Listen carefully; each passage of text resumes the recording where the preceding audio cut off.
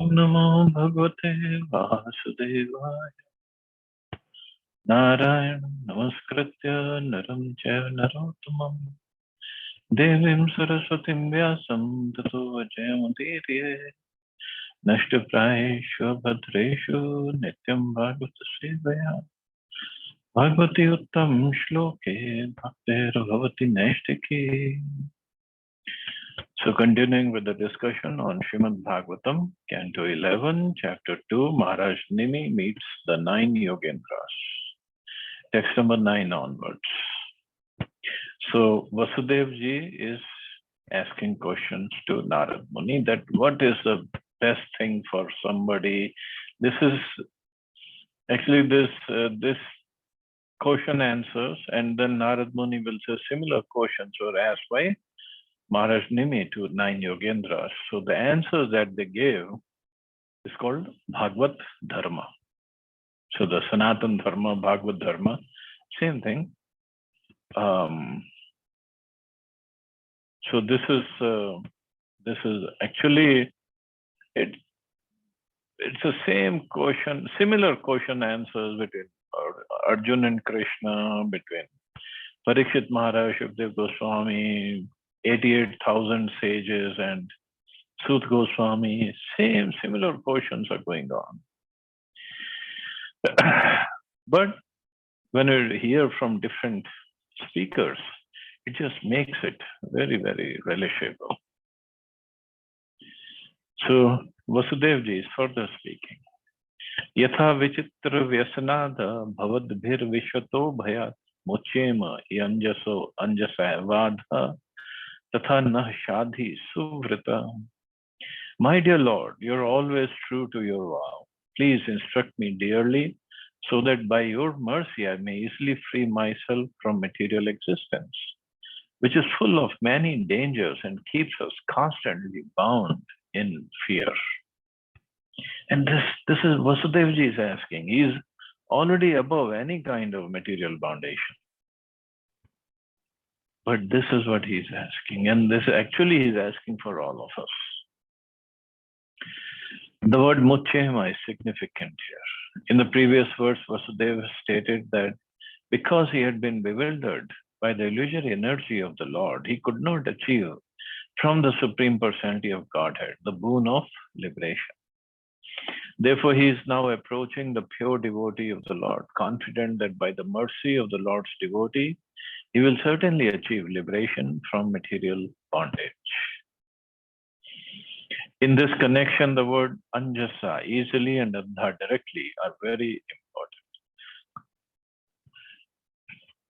All the foolish persons proudly want to jump up directly to the Supreme Personality of Godhead without accepting his pure devotee as spiritual master.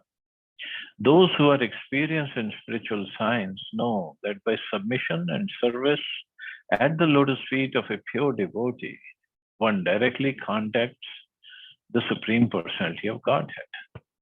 That is the only way. Yasya prasadat bhagavad prasado. We sing every day.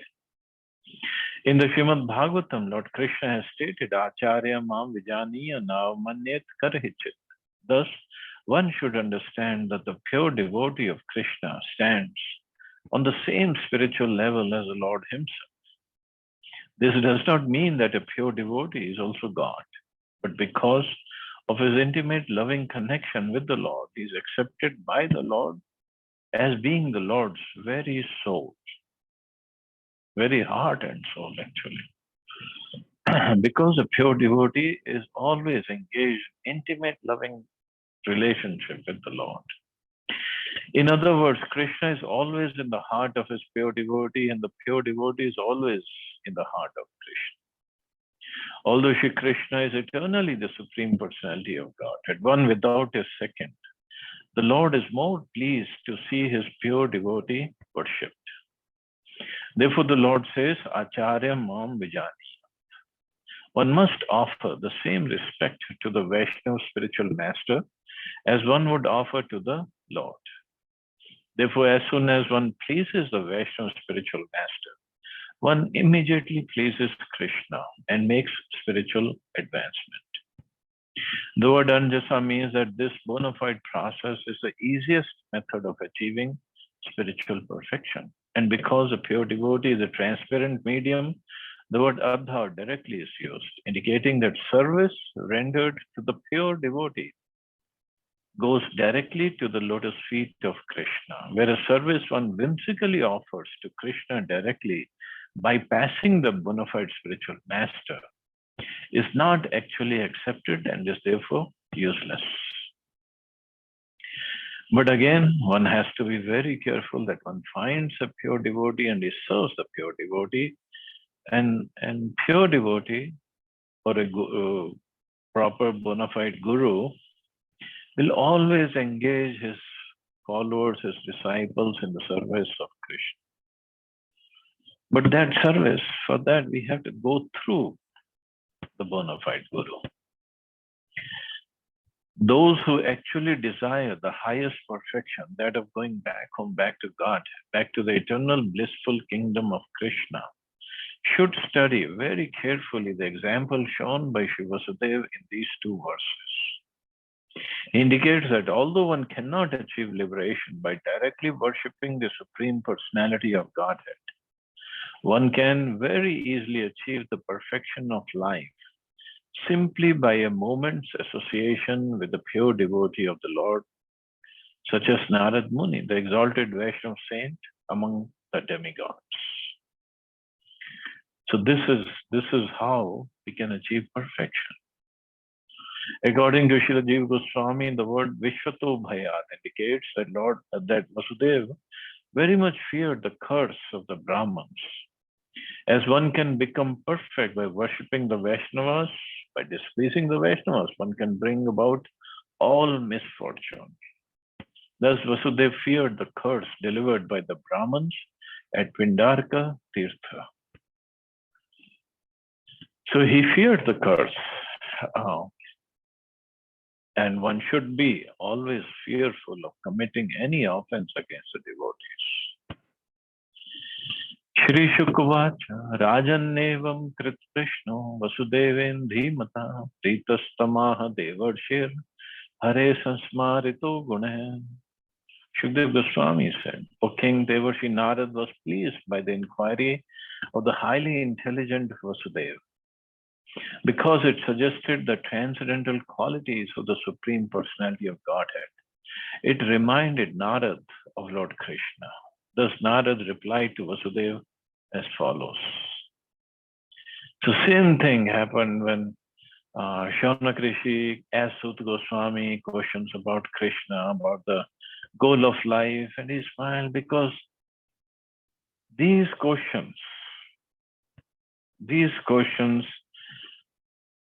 first of all, it gives an impetus to the speaker to speak about Krishna, to think of Krishna, to serve Krishna in that way. And it also brings about the most auspicious moment of fortune for all the living entities, not just the speaker, not just the audience, for everybody who can hear over there.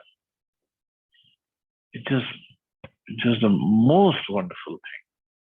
And that's why speakers like Narad Muni or all these wonderful preachers, they love to talk about Krishna. When they hear questions about Krishna, they just cannot stop talking about Krishna. Shri Narad Vacha Samyak Etat Vyavasitam Bhavata Sattvatarishava Yat Vrichase Bhagavatan Dharmastvam Vishwabhavanan. Shri Narad said, O best of the Sattvatas, you have quite correctly asked about the eternal duty of the living entity towards the Supreme Lord. Such devotional service to the Lord is so potent that its performance can purify the entire universe. Vishwabhavanam. It can purify the entire universe. This is how potent devotional service is.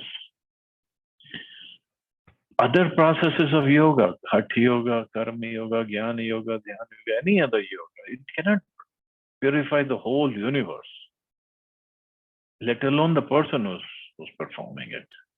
But this is devotion service. potency of devotion service. A similar statement was made by Sri Shukdev Goswami in the first verse of second canto when he congratulated Parikshit Maharaj for asking about Krishna. Varyan eshate prashna krit loko hitam nripa atmavit sammatah punsam shrutta vyadishu yaha para.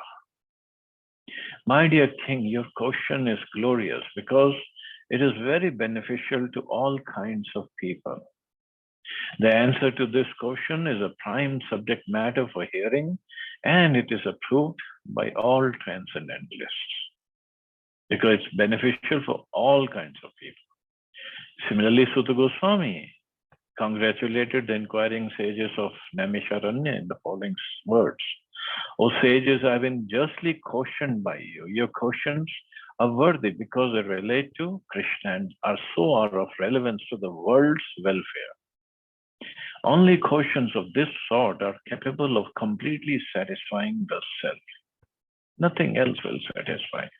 Not that, oh, Maharaj, where should I invest my money to make more money, or who will be the next political leader of my country, and what business should I start, where should I marry my daughter, where should my son go for God.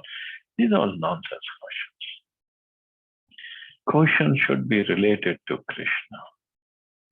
Narad will now answer Vasudev's inquiry about the process of devotion service. Later, at the end of the conversation, he will reply to Vasudev's comments about Vasudev's own faulty intentions. Faulty intentions. So let's see what that would be.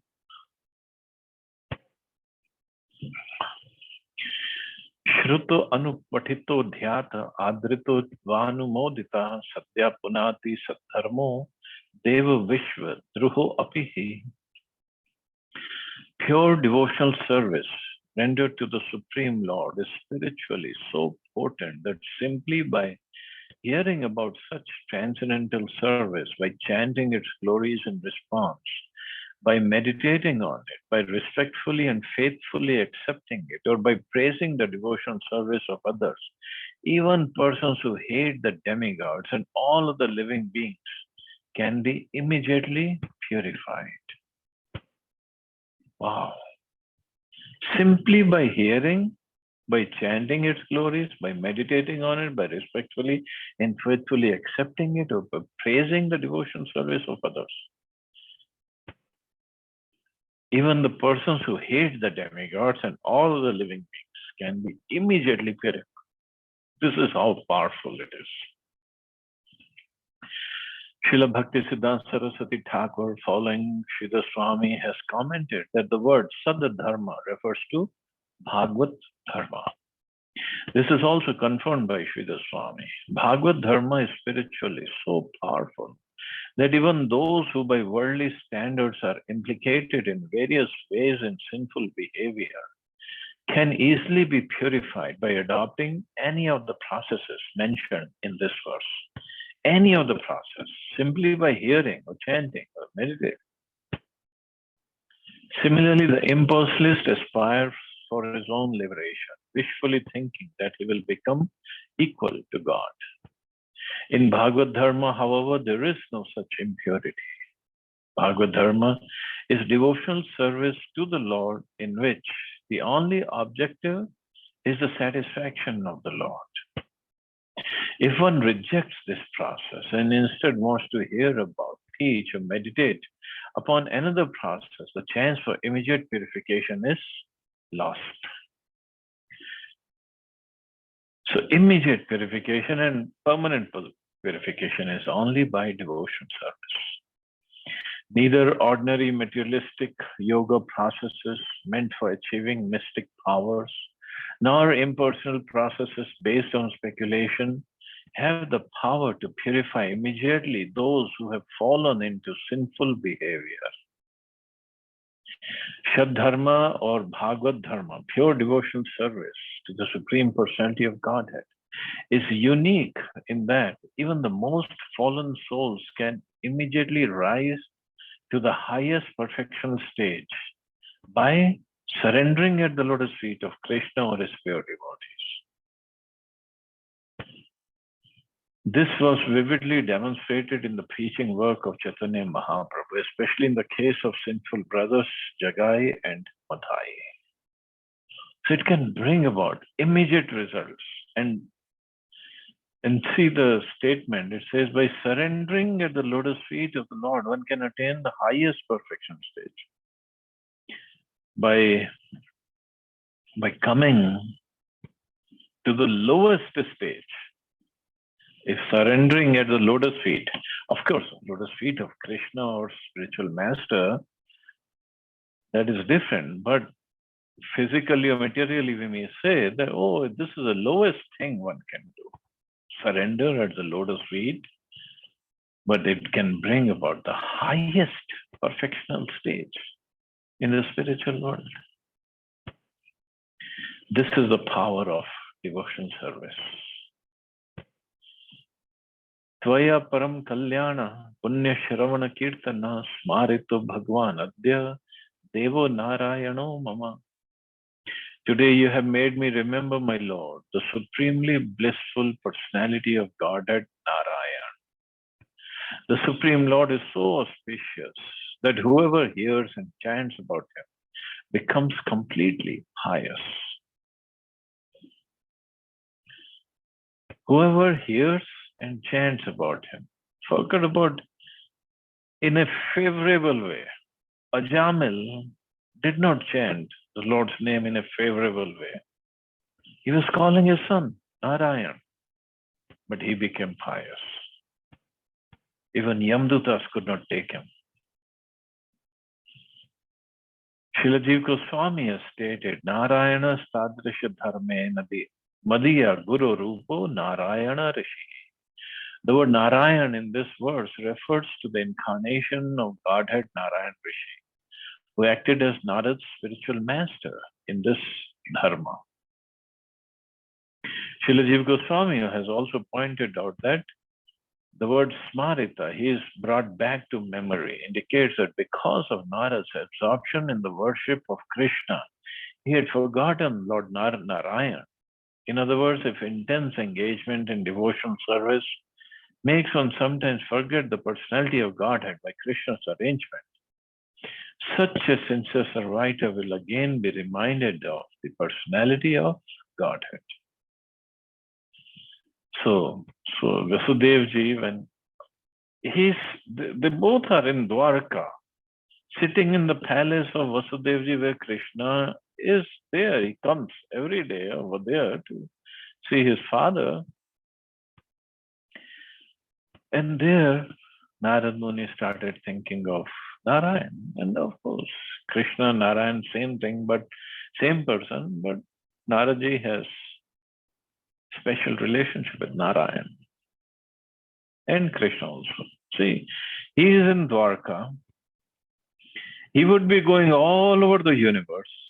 But when he knows Krishna is in Dwarka, he just used to come back to Dwarka under one pretense or the other.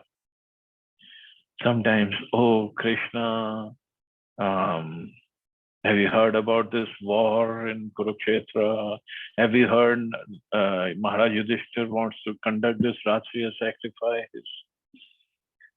Or when he brought the Parijat flower to Krishna and Rukmini and Satyabhama, there was this beautiful incident. Or one thing, or when, oh Krishna, where is your son Samba? Where is your son Aniruddha? This thing has happened to them. And then Krishna would go and have his fights. But one thing or the other, Narad Muni would always just come back to Dwarka. It was practically that he never left Dwarka when Krishna was there. This is devotional service. He always wants to come take darshan of Krishna and then go on for his services and then come back again.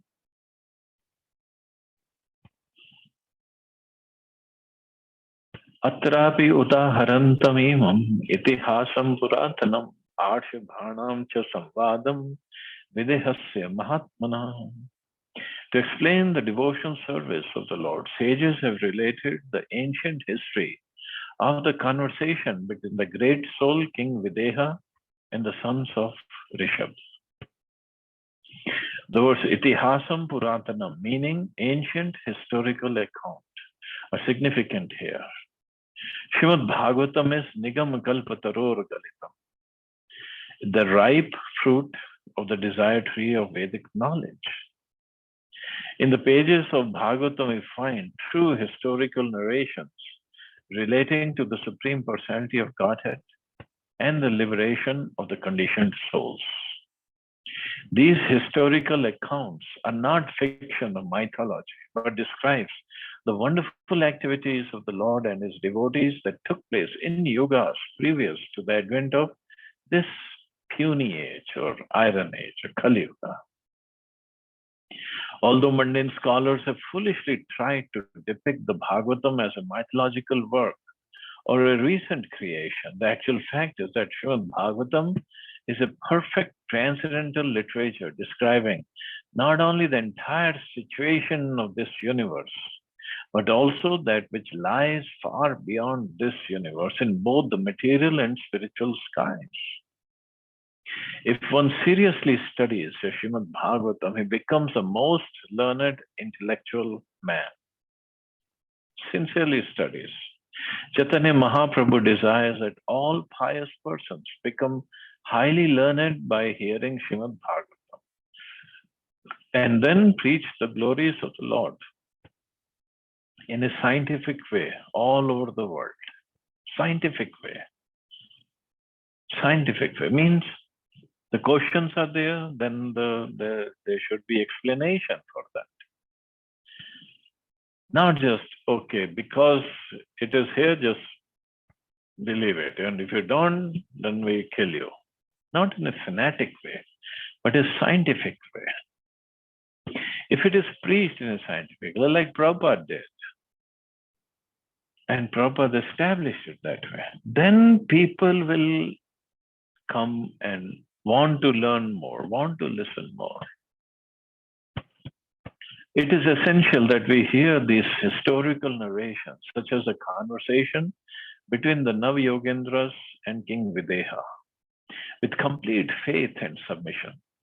Then, as stated in the verse 12 of this chapter, even if our former life is filled with abominable activities, simply by hearing Srimad Bhagavatam, we shall be promoted to the same transcendental status as the Lord and his pure devotees.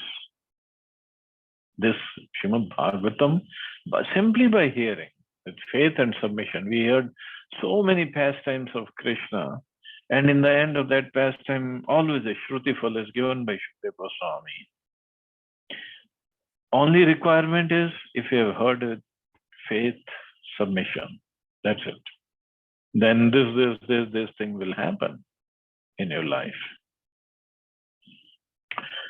This is the extraordinary power of Bhagavad history as contrasted with useless, mundane historical accounts, which ultimately serve no purpose. Although mundane historians justify their work on the plea that we have to learn from history, we can practically see that the world situation is now rapidly deteriorating into unbearable conflict and chaos, while so-called historians stand helplessly by. Because just studying world history, what benefit it's going to give? Okay, this king was there and he killed so many people, and that king was there and he killed so many people. Hear Srimad Bhagavatam. By hearing Bhagavatam, one can become qualified to go back home, back to Godhead. Not by hearing this mundane history or technical books or anything else. They're okay if we want to make a living but making a living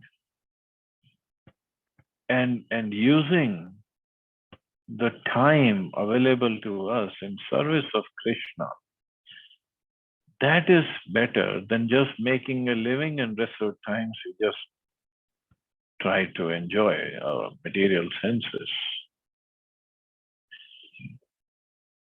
So, so goal is this. Not the goal should be, I need to make millions and millions and trillions of dollars. And then what? Nothing.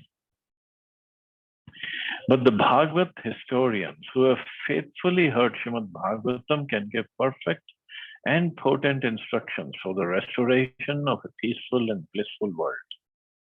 Therefore, those who are inclined to enrich the intellectual life through the study of history should educate themselves in the historical narrations of Srimad Bhagavatam. This will bring them the perfection of intellectual and spiritual life.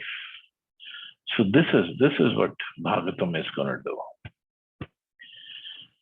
So anyway, we'll stop here. See anybody has any questions or comments?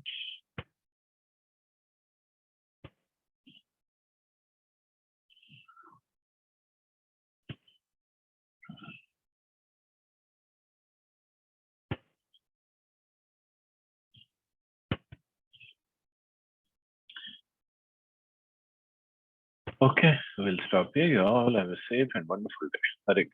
Jai Shri Ram.